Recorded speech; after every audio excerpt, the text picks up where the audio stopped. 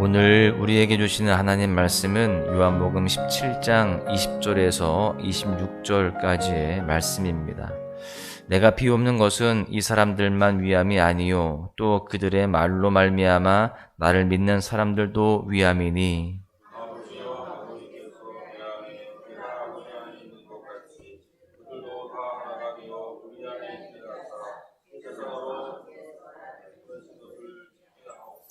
내게 주신 영광을 내가 그들에게 주었사오니 이는 우리가 하나 된 것 같이 그들도 하나가 되게 하려 함이니이다.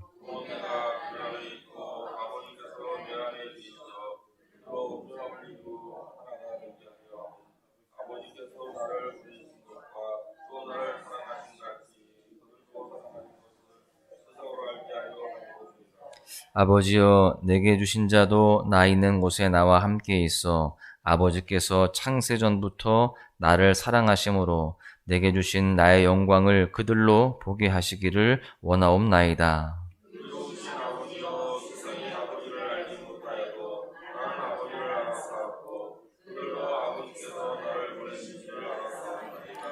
내가 아버지의 이름을 그들에게 알게 하였고 또 알게 하리니 이는 나를 사랑하신 사랑이 그들 안에 있고 나도 그들 안에 있게 하려 함이니이다. 아멘. 1924년 제8회 올림픽이 파리에서 열렸는데요. 그때 있었던 실화입니다. 올림픽 경기에 나간 영국의 에릭 리들이라고 하는 청년이 있었습니다. 굉장히 믿음이 좋은 청년이었는데요. 이 청년은 100m 달리기 선수였습니다. 이 에릭 리들은 그 100m 달리기에서 우승 후보였습니다. 금메달 후보였죠. 그런데 하필이면 그 경기가 주일에 있었습니다. 그러자 이 믿음 좋았던 이 에릭 리들이 자신이 뛰어야 할 100m 경기에 나가지 않겠다라고 선언을 합니다. 그러니까요, 영국 사람들은 그를 비난합니다. 이 사람은 조국을 배신한 자고 또 위선자고 옹졸한 신앙인이다, 비겁한 사람이다, 이렇게 손가락질을 하는 겁니다. 국가를 대표해서 올림픽에 나간 사람이 주일이라고 해서 안 뛰겠다고 하는 어리석은 사람이 어디 있느냐, 이렇게 많은 비난을 내쏟았습니다. 그럼에도 불구하고 그는 100m 달리기 경기를 포기하고 주일에 교회 나가서 예배를 드렸다는 겁니다. 그런데 그 다음에 다른 사람들이 와서 100m는 놓쳤지만 400m 경기가 남아있는데 혹시 뛸 수 있느냐라고 권유를 받게 됩니다. 그때 이 에릭 리들은 해보겠다라고 수락을 하죠. 그렇게 100m 달리기 선수가 400m 경기에 나가게 되는 겁니다. 그런데 이 에릭 리들은요, 출발할 때부터 100m 속도로 뛰기 시작하는데 많은 사람들이 그 모습을 보면서 조금 가다가 지쳐서 쓰러질 것이다, 심장이 터질 것이다, 이렇게 걱정을 했습니다. 그런데요, 놀랍게도 그 속도로 400m 경기를 완주합니다. 그렇게 세계 신기록을 세우면서 금메달을 따게 되는 거예요. 경기가 끝나자 기자들이 그에게 물었습니다. 어디에서 이런 기적이 나온 겁니까? 그때 이 에릭 리들은요, 이렇게 고백합니다.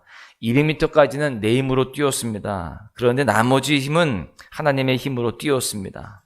하나님께 모든 것을 맡기고 뛰었을 때 이런 좋은 결과가 있게 된 것입니다. 이렇게 이야기했습니다. 그렇게 하나님께 모든 영광을 돌려드렸다라고 하는 것입니다. 여러분, 우리도 이처럼 하나님의 영광을 보고 하나님께 영광을 돌리는 그런 삶을 살아가야 됩니다. 그것이 바로 성도의 바른 자세이고요, 또한 바른 신앙이기 때문에 그렇습니다. 그렇다면 어떻게 하나님의 영광을 보고 하나님께 영광을 돌릴 수 있을까요? 오늘 본문의 말씀 속에서 발견할 수 있는데요, 첫 번째로 서로 연합할 때 하나님의 영광을 볼 수 있다라고 하는 것입니다. 본문 21절을 보십시오.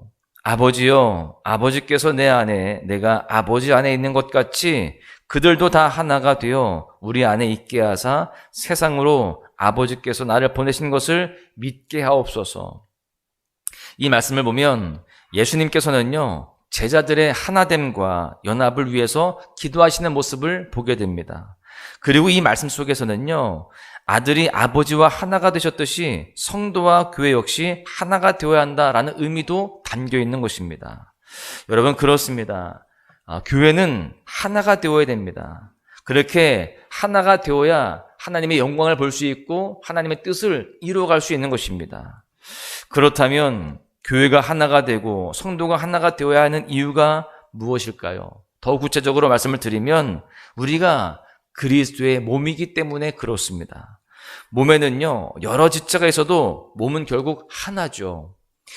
우리 각 사람은 자신이 거룩한 몸의 한 지체임을 알고 하나됨과 연합을 위해서 늘 노력해야 되는 것입니다.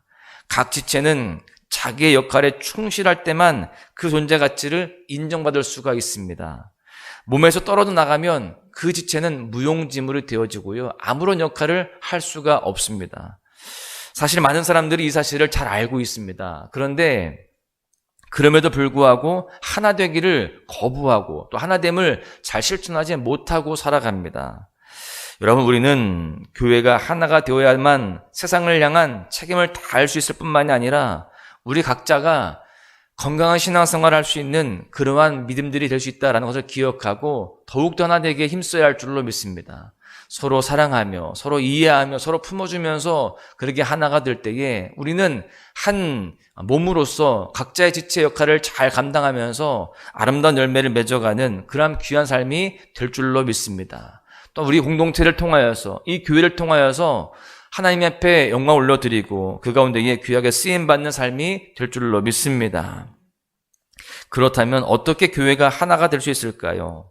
먼저 우리에게 본을 보여주신 주님의 섬김과 사랑을 통해서 그것이 가능합니다.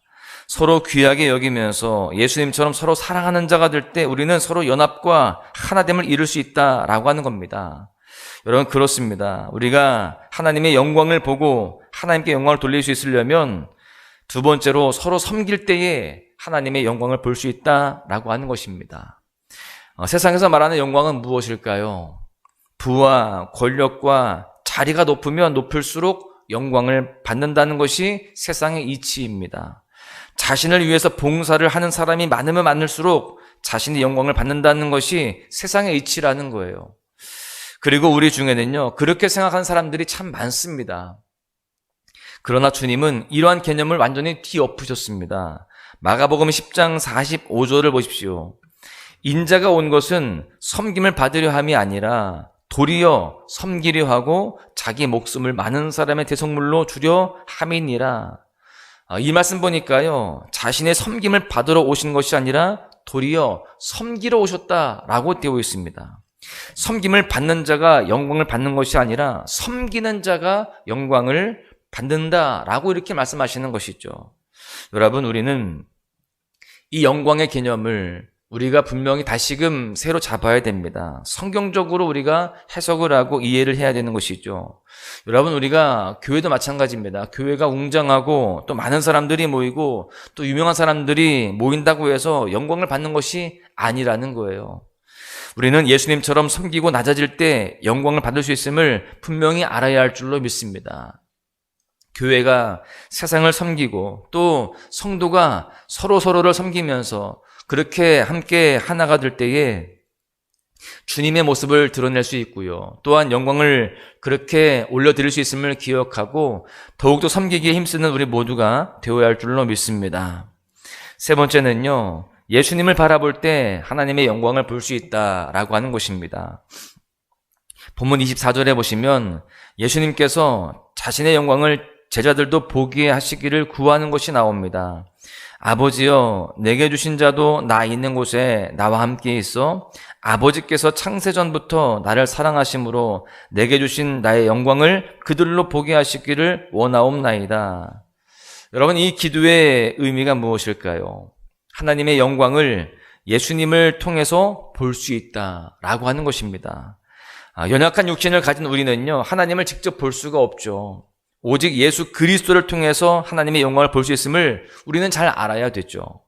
특별히 예수님의 고난에 동참할 때에 우리는 하나님의 영광을 볼 수 있습니다.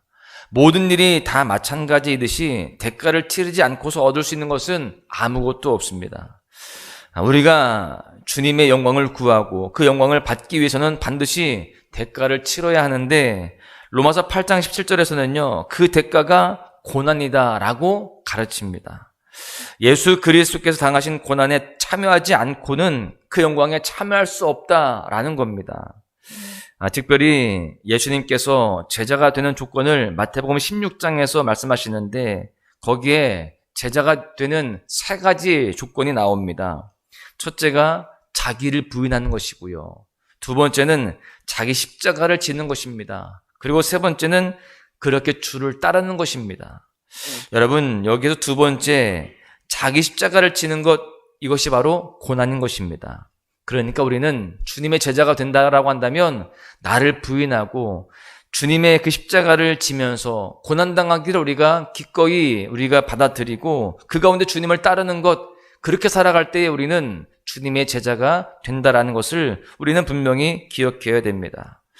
고난과 고통과 환난이 찾아와도 예수님의 이름으로 그 고난을 받고 환난을 받는 것, 그리고 그것을 기뻐하며 또 주님을 따르는 것, 그것이 바로 제자의 모습이며 또한 그것이 주님의 영광에 참여하는 것임을 우리는 분명히 알고 우리가 진정 제자가 되어지기 위해서 주님의 영광을 위해서 더욱더 주님을 바라보고 살아가는 우리 모두가 되어야 할 줄로 믿습니다. 말씀을 정리하겠는데요. 사랑하는 소망가족 여러분, 우리는 날마다 하나님의 영광을 구하고 하나님의 영광을 보는 자로 살아가야 할 줄로 믿습니다. 그것이 바로 우리의 본분이기 때문에 그래요. 그것이 우리의 정체성이다라는 것입니다. 바라기는요, 오늘 하루도 우리 모두가 서로 연합하며 하나가 되어지며 남을 나보다 낮게 여기며 그렇게 섬기기를 바랍니다. 그리고 오직 예수님만 바라봄으로 하나님의 영광을 보는 은혜의 날 되시기를 주님의 이름으로 간절히 축원합니다.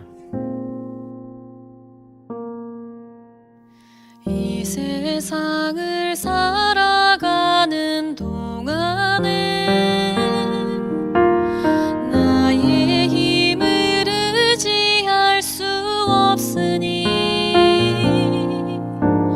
기도하고 낙심하지 말 것은 주께서 참 소망이 되심이라.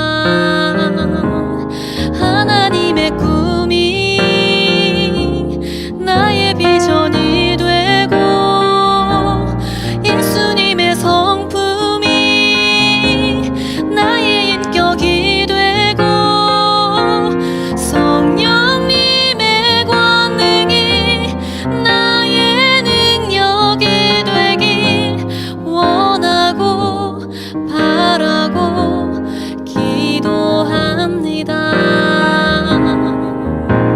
주의 길을 걸어가는 동안에